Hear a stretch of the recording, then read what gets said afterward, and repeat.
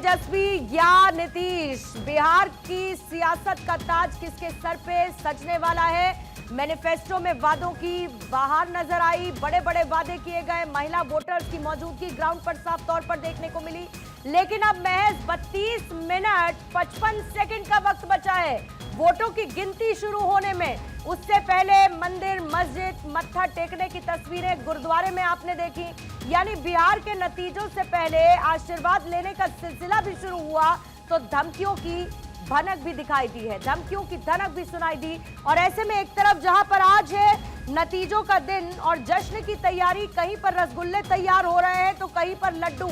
कौन किसको खिलाएगा ये बात की बात है, लेकिन ऊपर की टाली अब से थोड़ी देर बाद ये बताने लगेगी कि बिहार के चुनाव में किसकी नैया हो रही है पार और कौन मजबूती के साथ सरकार बनाने की तरफ आगे बढ़ रहा है। बड़े बड़े चेहरे, बाहुबलियों का रौब, बयानबाजी, इलेक्शन कैंपेन, कई सारे ऐसे बयान इस बार देखे जिसमें कट्टे से लेके तमाम जंगल राज की बातों का भी जिक्र हुआ। लेकिन इंतजार बस अब थोड़ी देर का है। 7:27 हो चुके हैं। सुबह 8 बजे से वोटों की गिनती शुरू हो जाएगी। 38 जिलों में ये काउंटिंग सेंटर्स बनाए गए हैं। 243 विधानसभा सीटों के लिए मतगणना का आगाज हो जाएगा। सीमांचल से लेकर मिथिलांचल रहेगी नजर कि वहां पर वोटर्स के मन में क्या था और किसकी किस्मत का फैसला ईवीएम में कैसे कैद हुआ है। नतीजे सामने आने लगेंगे, उससे पहले रुझान भी। धनंजय मेरे सहयोगी मेरे साथ मौजूद हैं, बाकी रिपोर्टर्स भी हमारे साथ जुड़े रहेंगे, लेकिन उससे पीपी के प्रवक्ता भूपेंद्र यादव, बाकी तमाम मेहमान भी हमारे साथ मौजूद है। शुरुआत करना चाहूंगी भूपेंद्र यादव साहब आप ही के साथ, क्योंकि कह तो दिया गया है, ये निर्देशित दिया गया है, बीजेपी के नेताओं के लिए आए हैं निर्देश कि भाई ज्यादा अति उत्साहित नहीं होना है, पटाखे ना फोड़े, बहुत ज्यादा ऐसी कोई आतिशबाजी ना करें या अति उत्साह ना दिखाएं। तो थोड़ा संयम तो जरूरी है और संयम नतीजों से पहले जरूरी है। एग्जिट पोल के बाद तो आप लोगों की बातें खिली थी, लेकिन थोड़ा सा इंतजार किया जाए। क्या लगता है क्या होगा आज?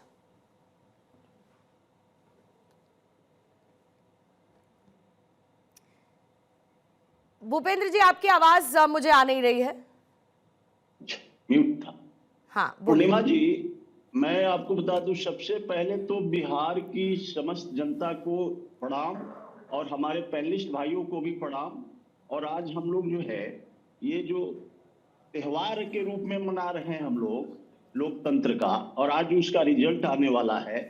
ये बड़ी सौभाग्य की बात है कि बिहार की धरती पर इतना ना जबरदस्त मत हुआ और लोगों ने जम करके मतदान किया। इसका सबसे बड़ा जो है ना फायदा लोकतंत्र की जो धरती है वो सभी लोगों को मिलने जा रहा है, क्योंकि छठ वर्ष जो हमारा महा त्योहार था उसमें लोग आए और खुशी खुशी इस त्योहार को मना करके जो है ना खुशी खुशी लोकतंत्र की जननी में, इस प्रहरी में अपने अपने जो है ना प्रतिनिधित्व को चुनने का उनको मौका मिला, जिसका कारण है कि भारी संख्या में जो है ना मत का प्रयोग हुआ, रिकॉर्ड मत हुआ आजादी के बाद से लेकर आज। तो इसे कहीं ना कहीं जो है ना अच्छी संकेत है। नहीं, रिकॉर्ड मत आजादी के बाद से जरूर हुआ, लेकिन आजादी के बाद से जितनी बार 5% से ऊपर मतदान हुआ, सरकार भी बदली सर। वो तो देखिए बदली, वो तो, लेकिन यहाँ बदलने वाली नहीं है। यहाँ सरकार के फेवर में मैंडेट मिला, विकास बनाम जंगल राज के ऊपर था। लेकिन अब रही बात हम लोगों का बहुत अति उत्साहित, सही बात है, मतलब सोच और संस्कार से ही चलता है संगठन। भारतीय जनता पार्टी एनडीए एक ऐसी संगठन है जिसमें सोच के साथ साथ संस्कारी हमारे कार्यकर्ता भी हैं, हमारे नेता भी हैं। हम लोग बड़ी सिंपलिसिटी से जो है ना बिहार की सम्मानित जनता का जो मैंडेट आएगा उसको हम लोग स्वीकार करने जा रहे हैं। और जो होना था वो तो हो गया। 243 विधानसभा में सारे प्रतिनिधियों का किस्मत कैद हमारी बिहार की सम्मानित जनता ने अपना वोट देकर के कर दिया है। और 8 बजे से शुरू हो जाएगी पूर्णिमा जी, और यह जो है ना डिसाइड हो जाएगा। आज जनता का जनादेश जो है ना आज पूरे जो है ना बिहार की पटल पर आ जाएगी। और कहीं खुशी तो कहीं गम, ये तो रहेगा ही रहेगा, क्योंकि जनता ईश्वर रूप है। जनता का जनादेश सबको स्वीकार करनी चाहिए। और रही बात हमारे इंडी गठबंधन के कुछ भाई लोग, वो लोग कुछ जो है ना इस तरह का उलूल जुलूल बातें करते हैं। बिहार जो है ना शांति का प्रतीक है और उसमें खलल डालने का प्रयास, मतलब इलेक्शन रिजल्ट होने से पहले ही जो है ना स्टार्ट करते हैं। तो ये लोग थोड़ा हैं उत्तेजित हैं, किसी न एन कड़ेन प्रकार किसी प्रकार इन लोग को भाई, ये लोग बिहार की सम्मानित जनता के फिराक में नहीं है। अपनी सत्ता कैसे आई, ठीक है। अपनी नौकरी कैसे बचे, ठीक इसकी है, चिंता उनको में भी कुछ तो लोग रिवाइवल, हैं उनको भी तो जो रिवाइवल इस तरह चाहिए। का और हाँ, तेजस्वी की जमीन पर की गई मेहनत को तो नकारा नहीं जा सकता है ना भूपेंद्र जी। उन्होंने भी आपकी तरह खूब प्रचार प्रसार किया, यात्राएं की, एक युवा चेहरे के तौर पर वो देखे आए हैं जनता के बीच में, कई वायदों को लेकर, बेरोजगारी का मुद्दा, पलायन का मुद्दा उनकी तरफ से भी उठाया गया है। तो जाहिर है कि वो भी एक सत्ता में रिवाइवल और अपनी पोजिशनिंग के लिए इस वक्त बात जो रहे हैं। लेकिन कुंवर अजय सिंह साहब देखिए, नीतीश कुमार जी हैं, मंदिर गए, मजार पहुंचे, गुरुद्वारे गए, मतलब कोई जगह नहीं छूटी, आशीर्वाद कहीं का छूटना नहीं चाहिए, टाइगर जिंदा रहे इसकी हर मुमकिन कोशिश की गई है। कुंवर अजय जी, शादी कब है? 22 को। हाँ कुंवर अजय जी, शादी तो 22 को है, लेकिन आज नतीजों का दिन है। पूर्णिमा जी, सर बाबा एक सेकंड। पूर्णिमा जी, बिहार की जनता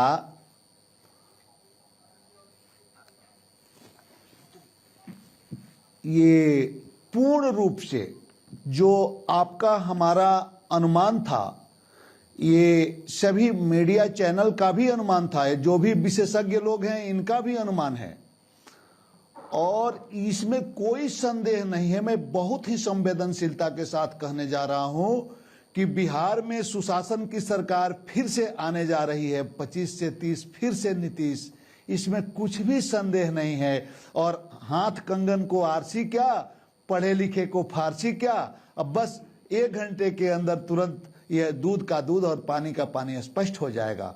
ये बम्पर जीत जो डबल इंजन की सरकार डबल ताकत के साथ लाने के लिए बिहार वासियों को ढेर सारी शुभकामनाएं। बीजेपी से ज्यादा सीट लाने की तैयारी है क्या अजय जी?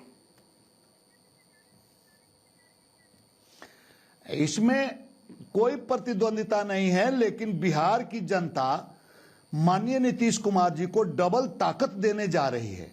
तो इसमें कुछ भी संदेह नहीं है कि बिहार में नंबर 1 की पार्टी हम बनने जा रहे हैं। ठीक है सर, लेकिन हेल्दी कंपटीशन से क्या दूरी? हेल्दी कंपटीशन तो होना चाहिए ना। अब अंदर खाने आप ही के नेता बात कर रहे हैं, इसीलिए मैंने सवाल पूछ लिया।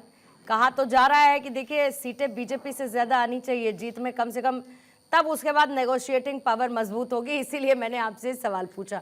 संजीव कौशिक जी, आपके पास मैं आती हूँ, जरा एनालाइज करके चलिएगा सर, क्या लगता है और क्यों लगता है? बलिया सांसद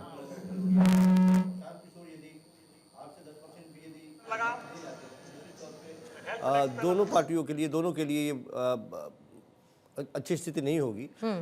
उस परिस्थिति में मुझे लगता है कि त्रिशंकु विधानसभा की तरफ वो लेके चले जाएंगे। महत्वपूर्ण ये है कि उन्होंने जो अपने उम्मीदवारों का चयन किया है वो पढ़े लिखे, बगैर दागी, बहुत शानदार तरीके से उस पर काम किया है।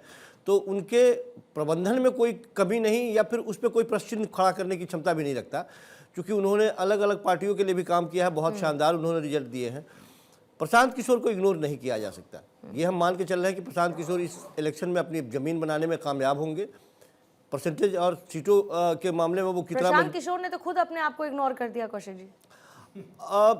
कोई करे ना करे, अपने आप को ही पहले उन्होंने इग्नोर कर दिया। अभी देखिए तो सही, अभी थोड़ा सा वक्त लगेगा। प्रशांत किशोर बहुत सुलझे हुए और बहुत ज़्यादा भावना में बहने वाले लोगों में से नहीं है, और नहीं कोई हल्की स्टेटमेंट देने वाले लोगों में से है। वो बहुत मेहनत किया है उन्होंने, ज़मीनें नापी हैं उन्होंने, पैदल पैदल हर तरीके के लोगों से उन्होंने बात की है, युवाओं से बात की है, बेरोजगारों से बात की है, काम करने वाले व्यवसायियों से बात की है। तो वो तमाम तरह के समीकरणों पर उन्होंने ध्यान दिया है। मैं सिर्फ ये कह रहा हूं कि यदि मतों के प्रतिशत में वो 8 से 10% तक, ये भी यदि 8 से 10% सर बहुत, कितना सीटें दे रहा है 8 से 10%? ये नहीं, हम कह रहे हैं कि मतलब 8 से 10% में कितना सीट है आप बताइए। मैंने कहा कि समीकरण बिगाड़ने के लिए काफी है। हाँ, मतलब वोट काटेंगे बेसिकली, वो समीकरण बिगाड़ने के लिए काटेंगे। संजय राणा जी, किसके वोट काटेंगे? पीके।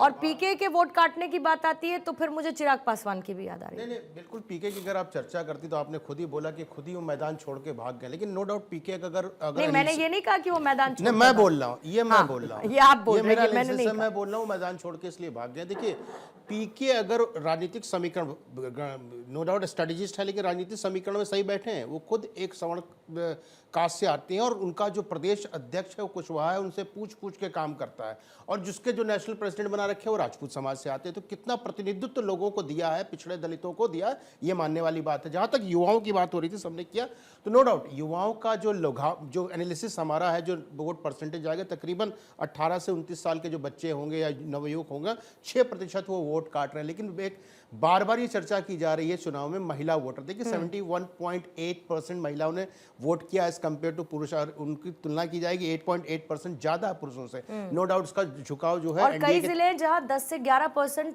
प्लस में गया है पुरुषों के मुकाबले। जी बिल्कुल, अभी मैं आपको 2-3 आंकड़े दे रहा हूँ, बड़े चौंकाने वाले हैं। लेकिन जो युवा है, जो 18 से 29 साल का है, युवा की बात कर रहे हैं, उसका झुकाव तकरीबन 45% आरजेडी की तरफ, यानी महागठबंधन की तरफ है। महिलाओं का तो है 46%, लेकिन जो युवा जो हैं, अगर मैं बोल रहा हूँ 18 से वो 29 साल के हैं, उनका झुकाव कहीं ना कहीं महागठबंधन की तरफ है। तो महिला अगर एनडीए की तरफ जा रही हैं, तो युवा को कहीं ना कहीं आरजेडी अपने खाने में खींचने में सफल हुई है। और ये अगर वोट कटुआ बनते हैं, जिसकी अब बात कर रही हैं प्रशांत किशोर जी की, पीके जी की, तो कहीं ना कहीं ये त्रिकोणीय मुकाबला हो जाएगा। हो सकता है त्रिशंकु विधानसभा हो, लेकिन अभी भी मुझे ऐसा लगता है कि जिस हिसाब से वोटिंग हुई है, आपने बोला अगर राजनीति देश के आज़ादी से अगर हम इसकी एनालिसिस करें, जब भी वोट परसेंट 6% ऊपर गया, सत्ता परिवर्तन हुआ है। लेकिन एक मिथ भी है, देखिए 10 का देख लीजिए, फिर उसके 15 देख लीजिए, और अभी तो बहुत ज्यादा अंतर हुआ है। अगर नहीं, 5% से ऊपर रहा था क्या था? किसका? 2000 आप 10 की बात कर रहे हैं, 5% से ऊपर रहा था। अभी मैं आपको तो तब नहीं बदली सरकार, नहीं सरकार नहीं बदली थी। तो मतलब इसमें एक्सेप्शनल केसेस भी हैं, ऐसा नहीं है कि सरकार 1967 में बदली थी, जिसमें 7.4% का अंतर आया था, कांग्रेस आउट हो गई थी।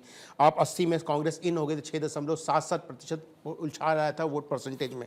90 के देख ले 5.77। जब भी वोट बढ़ा 90 के बाद, तो आरजेडी जो है, आरजेडी का वर्चस्व हो रहा है, इसमें कोई कहने में नहीं है, ये एनालिसिस और रिकॉर्ड बोल रहे हैं। लेकिन हाँ, ये मिथ भी है कि अगर वोट परसेंटेज बढ़ता सत्ता बदलती है। मैं बार बार बोलना, 14 देख लीजिए, 19 देख लीजिए, 24 देख लीजिए, 2010 देख लीजिए, बिहार के परिपक्ष में अगर चर्चा कर रहे हैं तो बहुत सारे गणित है। ये दिलचस्प मुकाबला बहुत है कि युवा कहां गए हैं। अगर युवा ज्यादा ट्विस्ट कर गए आरजेडी की तरफ, तो कहीं ना कहीं गणित पलट सकती है। और युवा जिस तरफ से वोटिंग करते हैं उसी हिसाब से करते रहे, तो कहीं ना कहीं एनडीए एज लेते हुए नजर आ रही है। ठीक है, एक बार मैं पहले ग्राउंड पर जाऊंगी, फिर उसके बाद वरुण पुरोहित जी मैं आपके पास भी आती हूँ, और निरंजन पोद्दार साहब आपके पास भी आती हूँ। धनंजय, क्योंकि अब बहुत कम समय बचा है, 7:40 लगभग होने को है, जाहिर है कि बाहर एक्टिविटीज काफी बढ़ गई होंगी। सबसे इंपॉर्टेंट ये है कि भाई पार्टीज अपने आप को थोड़ा निश्चिंत कर लें, ताकि बाद में ये ना कहें कि ये हो गया। कैसे हो गया? आपने तो मुस्तैद कर दिया था ना सबको।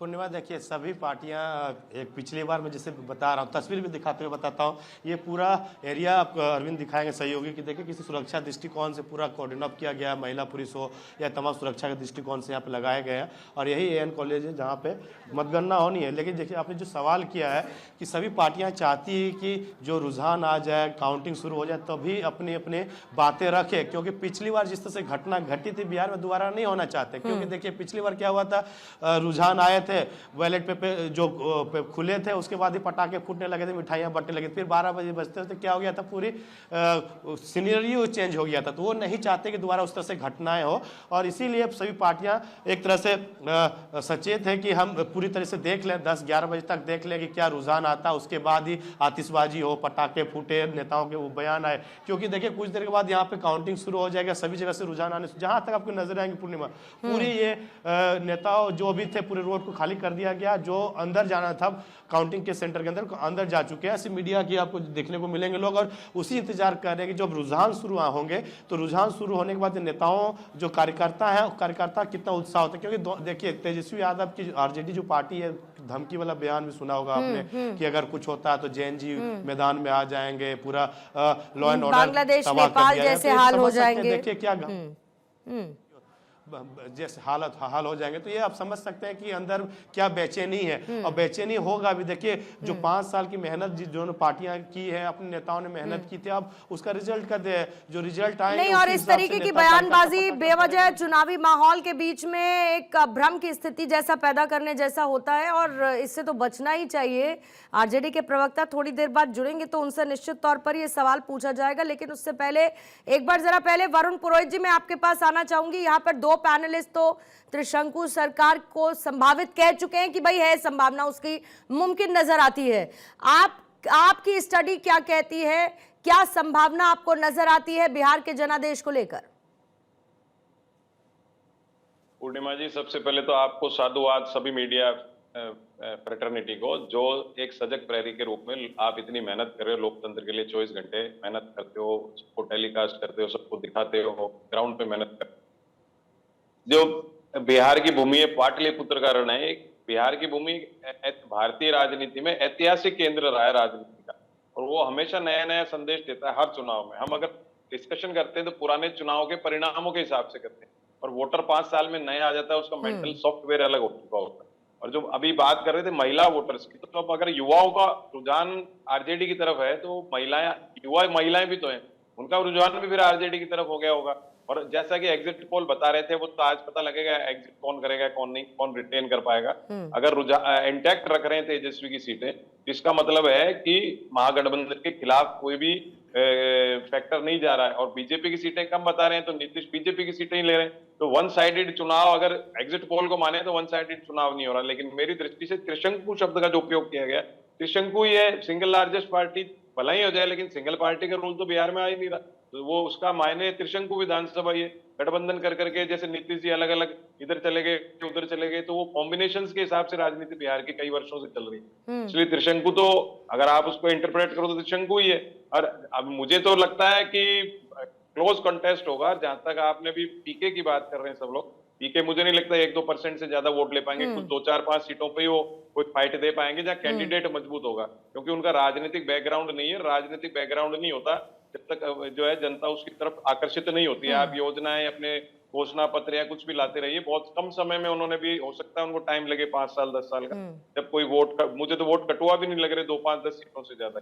लेकिन जो है वोटों का रुझान, जैसे महिलाओं की बम्पर वोटिंग हुई है, वो किस तरफ गया है वो देखने वाली बात है। पिछले चुनावों में तक देखा गया है महिलाएं नीतीश के फेवर में करती थी, लेकिन जो बड़ा है वोटिंग परसेंटेज वो युवाओं का बड़ा है, तो आरजेडी की तरफ रुझान है। नहीं, तो महिलाओं को भी सर काफी बड़ा है मेरे हिसाब से, 9% के आसपास जो बड़ा है। और कई ऐसे जिले रहे जहां पर 10 से 11% महिलाओं ने ज्यादा वोट, अपने मताधिकार का इस्तेमाल किया, उनकी वो जागरूकता नजर आई। और अगर आप सिर्फ नीतीश की बात कर रहे हैं तो सर नीतीश के साथ तो देखिए महिलाएं रही हैं, और खासतौर से शराबबंदी के फैसले के बाद। लेकिन ओवरऑल बीजेपी के साथ अगर आप देखेंगे तो इन जेनेरिक अलग अलग राज्यों में वो ट्रेंड दिखा है जहां आधी आबादी ने उनको सपोर्ट किया है।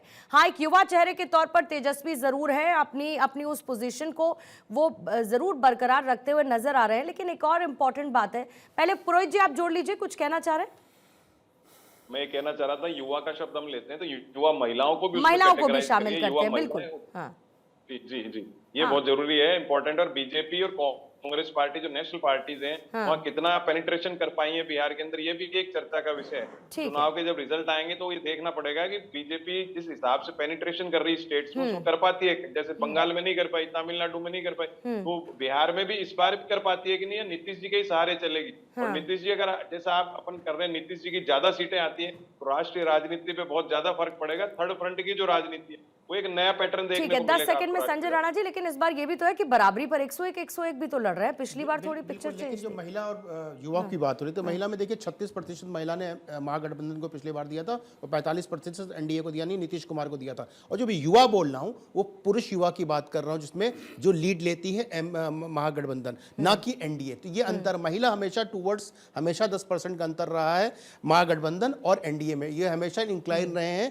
नीतीश कुमार के लिए, जो महिला बिहार की रही है। है। ठीक है। ये थोड़ा सा करेक्ट करना ठीक है। जरूरी है। पोद्दार साहब, आप कुछ जोड़ना चाहते हैं? और दूसरी तरफ बड़े प्लस माइनस की बात हो रही है, लेकिन सीमांचल आपको लगता है कोई गेम चेंजर किसी तरीके का हो सकता है, या ओवैसी की एक्टिवनेस या उनको कट्टरपंथी तक कह दिया गया, मतलब ऐसे भी बयान खूब चलते हुए नजर आए? आपको लगता है सीमांचल के इलाके में भी कोई चैलेंज पैदा हो सकता है?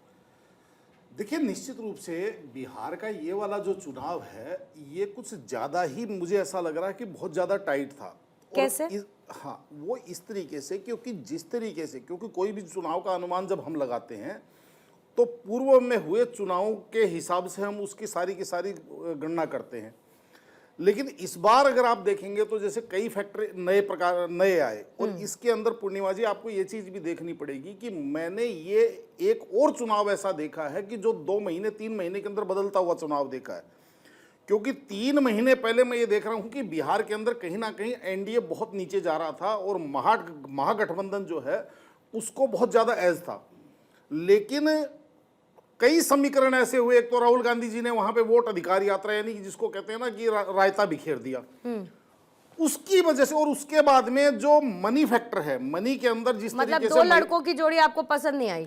नहीं, जोड़ी पसंद से मतलब नहीं है। आप एक चीज बताइए, जो चीज बिहार के अंदर धरातल पे कहीं नजर ही नहीं आई, यानी कि जिसका ये चीज तो किसी, जब ये इन्होंने जब ये वोट अधिकार यात्रा, मतलब और ये जब नैरेटिव इन्होंने सेट भट्ट नहीं उठाया कर पाए था, ये लोग, आप कह रहे हैं पोद्दार जी? साहब, नैरेटिव वोट चोरी वाला ग्राउंड पर सेट नहीं कर पाए, नहीं, पेनिट्रेट ये नहीं तो- कर पाए उसके ये तो देखिए पूर्णिमा जी, कॉमन सेंस की बात है। जिस दिन ये उठाया था उसी दिन मैंने ये बोला, मैं कहा ये तो किसी को भी समझ में आती कि जिसका वोट कट गया, अगर आप उसको समझा रहे हो कि वो तेरा वोट कट गया तो वो करेगा क्या, और जिसको वोट नहीं कटा उसको वैसे कोई फैक्टर नहीं है, भाई मेरा और मेरे परिवार का तो वोट नहीं कटा है, तो वोट चोरी कहां हुई? तो ये तो एक हिसाब से समझ लीजिए जो प्लानर थे, जो वॉर रूम था, वही वॉर रूम भी गड़बड़ है और वॉरियर भी गड़बड़ है।